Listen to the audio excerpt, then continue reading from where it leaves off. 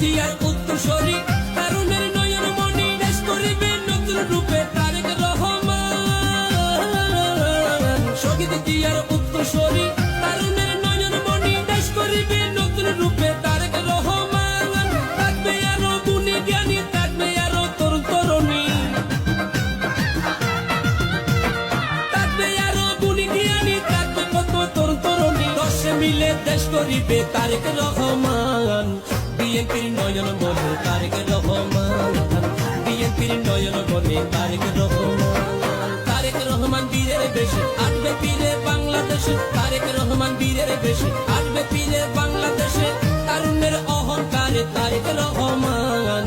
বিএনপির নয়ন মনে তারেক রহমান, বিএনপির নয়ন মনে তারেক রহমান।